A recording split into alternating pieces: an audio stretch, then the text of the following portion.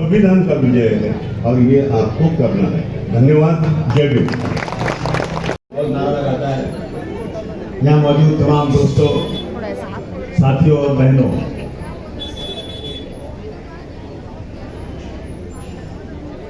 हम इस देश में गुलाम थे। अंग्रेजों ने 200 साल तक इस मुल्क को हुकूमत किया। हमारे पुरखों ने अपनी जान देकर उसको इस मुल्क को आजाद कराया। कोई माई का लाल तारीख है, उन औराक से मुसलमानों का नाम नहीं निकाल सकती। मैं उस दिन पढ़ रहा था, एक वक्त इस मुल्क में ऐसा आया था। मैं इन फिरका परस्तों को बताना चाहता हूं कि हमारी कुर्बानी इस मुल्क में क्या है। जब उलमाए कराम, जो दाढ़ी वाले कुर्ते वालों को ये कहते हैं ना कि दहशतगर्द हैं, यही उलमाए कराम एक एक गांव में जाकर अंग्रेजों के खिलाफ शीशा पिलाई हुई दीवार की तरह खड़े हो जाते थे, अंग्रेजों के दांत खट्टे कर देते थे। अंग्रेज थक गया कि ये जो मुसलमान है दाढ़ी कुर्ता वाले उलमाए कराम है, ये इस मुल्क में हमारी अंग्रेजियत को बढ़ाने में बहुत ज्यादा तकलीफ दे रहे हैं। उन्होंने अपने मालिक से ब्रिटेन में, लंदन में बात किया कि हम क्या करें, मुसलमान इस मुल्क में हमारे हर जगह आकर। हारून हो, जितने तमाम साथियों ने मेरी मदद की, मेरा भाई फिरदौस जो रात भर बैनर लगा रहा था, मेरा भाई आरिश, मंदर भाई और मेरे सबसे खास भाई साजिद भाई, हकीम भाई। कि जो महाविकास अघाड़ी बनी है वह एक सेकुलर अलायंस है। उस सेकुलर अलायंस की मैं सबको याद दिला रहा हूँ कि यही सेकुलर अलायंस बना था पूरे देश के अंदर, इंडिया अलायंस के नाम से, और उसने 400 पार वालों को 240 पे लाया। और 10 साल में जिनका घमंड टूटा नहीं था, उनका घमंड टूट गया और घमंड तोड़ना है तो सब लोग एक साथ इंडिया अलायंस के साथ ही रहना। चाहे किसी को सीट मिले चाहे नहीं मिले, चाहे किसी को उम्मीदवारी मिले नहीं मिले, लेकिन सब, देश बड़ा होता है, पार्टी बड़ी नहीं होती। सब लोग देश के लिए समर्पित हो जाओ, देश का संविधान को बचाने के लिए एक एक बच्चा वोटर लिस्ट में नाम लिखवाए और इंडिया अलायंस या यहाँ पे जो महाविकास अघाड़ी उसको वोट दे। अहमद जी की उम्मीदवारी की भी बात भी कही है मंच पे, क्या कहना चाहेंगे? देखिए एक एक जगह 10-10 लोग मांगते हैं टिकट। अब किसको मिलता है किसको नहीं मिलता। मैंने 12 सीटों के लिए कहा है, तो 12 सीट मांगा है मैंने। अब उसमें कौन कौन सीट मुझे मिलती है, मैं ये भी मांग रहा हूँ कि मुझे ये दे देंगे तो मैं लड़ लूँगा, नहीं देंगे तो भी जो लड़ेगा उसको मदद करूँगा। गोवंडी विधानसभा और अनुशक्ति विधानसभा, इन दोनों क्षेत्र के साथ बताया जा रहा है, कैसे देखते? मेरा पाला हुआ बच्चा मुझे आँखें दिखाता है, जिसे आगे बढ़ाता हूँ वही मुझे पीछे गिराता है। आदमी कुछ आंखों में शर्म होना चाहिए। जिसको बाप बोलते हो उसको गाली दे रहे हो, जिससे राजनीति सीखे हो उसके सामने खड़े हो रहे हो, ये कोई मतलब? लड़े आके मुझे कोई फ़र्क नहीं पड़ता। मैं इलेक्शन जैसे लड़ता तो वैसे ही लड़ूंगा, ना मैं उस पर कोई चेंजिंग करने वाला हूँ, कुछ नहीं। बाकी आगे जनता जिसके साथ खड़ी रहेगी वो जीतेगा। अल्लाह आपको अकल दे। अबू आसिम जिसका नाम है वो दुनिया में किसी डरते नहीं, वो कौन से खेत की मूली है? मैं क्यों लड़ूंगा किसी से? मैं तो इलेक्शन कभी लड़ता ही नहीं था, लेकिन इन्हीं सबों की वजह से जिन्होंने गद्दारी किया ना, तो मेरे जैसे आदमी को मजबूर किया। मैं यही लोग मुझे चैलेंज करते थे कि भाषण करना आसान है, इलेक्शन लड़के दिखाओ, तो मैंने 2 जगह से फॉर्म भर दिया और दोनों चुनकर आ गया। इनको बोला 2 जगह से लड़के दिखाओ ना, मालूम पड़ेगा कि कौन मजबूत कौन क्या है। मैं किसी डरूंगा? बाप रे बाप, क्या बात कर दी आपने। के लिए क्या क्या मैनिफेस्टो है आपके पास, क्या क्या करने वाले हो आप डेवलपमेंट? देखिए भाई पहले जीत आने दो ना। जो डेवलपमेंट मैंने गोंडी में किया वो यहाँ करूँगा। स्कूल अच्छे बनेंगे, सड़कें अच्छी बनेंगी, अस्पताल अच्छे बनेंगे, क्राइम खत्म करेंगे, ये सब करेंगे। और क्या करेंगे? जिस सड़क पर से आप चल कर आ रहे थे उस सड़क का आपने हाल देखा, ताई भी आपके साथ थी, आपने सड़क का हाल देखा। यहाँ पर से 2 बार आमदार रहे, नवाब मलिक साहब के विकास के कार्य को आपने देखा, उसको कैसे लेते? मेरे गोंडी में अगर एक सड़क ऐसी दिखा दो ना तो मैं बताऊँ आपको, कोई सड़क ऐसी नहीं। ये काम ही नहीं करते लोग।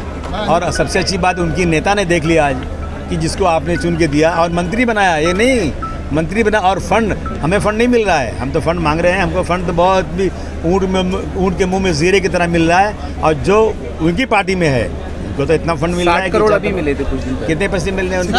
संजय राउत को कल बेल मिल गई है मानहानि केस में, क्या कहना चाहेंगे? नहीं, तो बेल में तक कानून ने मिलने का, निचली अदालत ने किया है, तो अगली अदालत करेगी और आगे जाएंगे और कुछ और आगे जाएंगे।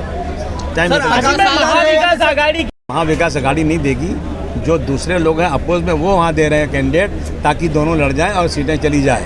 ये बीजेपी की रणनीति है कि जहाँ जहाँ माइनॉरिटी है वहाँ माइनॉरिटी दो और लंबा पैसा दो उनको, ताकि खरीद लो।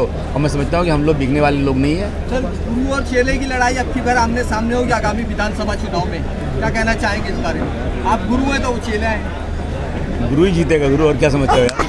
सर 15 साल से आप जगह बहुत ज़्यादा है, यहाँ नशा नहीं है क्या? यहाँ पूछो ना से सुनिए ना। शिवाजीनगर बदनाम है। नहीं बदनाम नहीं, बद अच्छा बदनाम बुरा। कुछ लोग जो है ना, मैं इनको खबरदार कर देना चाहता हूँ कि मानकुश शिवाजी नगर एक शरीफों का इलाका है। आप पूरे देश में जहाँ जहाँ नशा वो नाम नहीं ले रहे हो और सिर्फ मानकुश शिवाजी नंबर ले रहे हो, इसका मतलब वहाँ कोई लड़की अपनी ब्याह ही नहीं, वहाँ की लड़की कहीं जाए नहीं। क्या क्या दुश्मनी निकालना चाहते हो कुछ? अब पूरे जब असेंबली में हम लोग खड़े होते हैं नशे के ऊपर, तो 288 एमएलए में से कोई ऐसा एमएलए नहीं जो नहीं खड़ा होता कि नशा बढ़ता जा रहा है। नशा तो अमीरों में ज़्यादा बढ़ता जा रहा है, चारों तरफ बढ़ता जा रहा है। सर, गोवंडीकरों में सबसे बड़ी एक समस्या एसएमएस कंपनी है जो कई सालों से लगातार वहाँ पर प्रोटेस्ट करते आ रहे हैं, आंदोलन फिर भी नहीं जा रही है, क्या कहना चाहिए? बस बहुत मेहनत हो रही है। उन्होंने टाइम दिया, मुझे कई बार टाइम दिया। यह बात आपकी बात बिल्कुल सही है। इतने संघर्ष की हम लोगों ने, हमारी महिलाएं इस संघर्ष में जेल में गई, 15 दिन जेल में रहीं। अभी केस भी शुरू हो गया है। ये वादा करते हैं हटाते नहीं, वादा करते हैं हटाते नहीं। माइनॉरिटी के इलाके के साथ बहुत ज़्यादा इनका जो है ना सौतेला सलूक हो रहा है। अभी सरकार बनेगी फिर हम कोशिश करेंगे।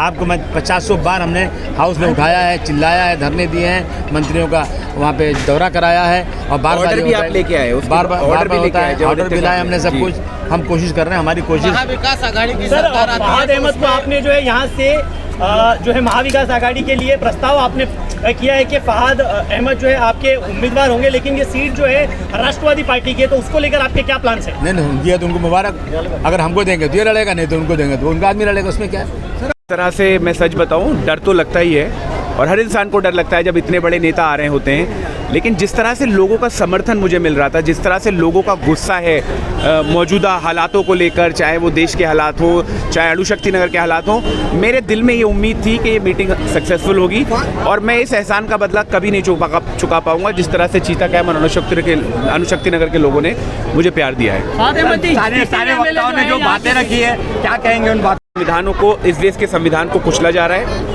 इस देश के अंदर मुसलमानों पर, दलितों पर, आदिवासियों पर अत्याचार हो रहा है। इस देश के संसाधनों में चोरी हो रही है और जो चोरी करने वाले लोग हैं उनको भगा दिया जा रहा है। देश में हिंदू और मुसलमान जो हमेशा एक साथ रहते थे, आज उनको बांटा जा रहा है। इस सारी चीज़ों को लेकर वादे की गई हैं और ये कसम खाई गई है कि आने वाले चुनाव में महाराष्ट्र के अंदर एक सेकुलर सरकार होगी जिसके अंदर उन तमाम मेरे पैजामे के नाप वाले लोग जो बयान देते फिर रहे ना, उनके खिलाफ कार्रवाई होगी और वो लोग जेल के अंदर होंगे। विधायक से भी नाराजगी दिखाई जो है सुप्रिया सुले जी अपने पूरे बयान में नवाब मलिक साहब की जो है पूरी तारीफ करते हुए नजर आए। और नहीं, देखिए ऐसा होता है ना, सुप्रिया सुले जी बहुत अच्छी वक्ता हैं। वो एक बहुत ही संवेदनशील औरत हैं। आप उनका कोई सा भी स्पीच जो उठा के देखेंगे, वो उन्होंने प्यार से कहा।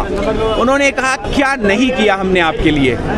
संजय रावत जी भी जेल गए थे, अनिल देसाई जी भी जेल गए थे, वो तो बीजेपी में जा सकते थे, वो क्यों नहीं गए बीजेपी में? जिस पार्टी में है उसी के चीफ मिनिस्टर ने उनके खिलाफ लेटर भी लिखा था और उनको असेंबली से बाहर निकलने की बात भी कही थी, उसको लेकर मुझे यही लगता है जहां इज्जत ना हो ना, अबू आसिम आदमी साहब ने बात सिखाई है कि जहां इज्जत ना हो वो बैठना नहीं चाहिए। और मुझे अफसोस होता है नवाब मलिक साहब आज वहां बैठे हुए हैं जहां उनकी कोई इज्जत नहीं है। आपकी भी टिकट मेरे अध्यक्ष अबू आसिम आदमी साहब ने ये बात बोली है। समाजवादी पार्टी पुरजोर तरीके से सीट को मांग रही है। आज हमने अपनी ताकत महाविकास आघाड़ी के लोगों को दिखाई है। ये सीट मिलेगी तो ये सीट हम आपको जीत के जनता की झोली में डालने का काम करेंगे। एक रिसर्च स्कॉलर हूँ, मैंने अपनी साथियों की एक टीम, मैं खुद लोगों से जाके, मैं मानता हूँ कि जो पॉलिसी होती है ना, वो एसी के कमरों में बैठ के ना बने, वो ज़मीन से बने। मैं लोगों से बात कर रहा हूँ, मैं कोई भी वादा आज नहीं करना चाहता। मैं लोगों से बात कर रहा हूँ, लोगों के मुद्दों को समझ रहा हूँ। जो लोगों की ज़रूरतें होंगी उसके हिसाब से एक मैनिफेस्टो तैयार किया जाएगा। उसके अंदर हम प्रायोरिटाइज करेंगे कौन सी चीज़ें जो 6 महीने में करनी है,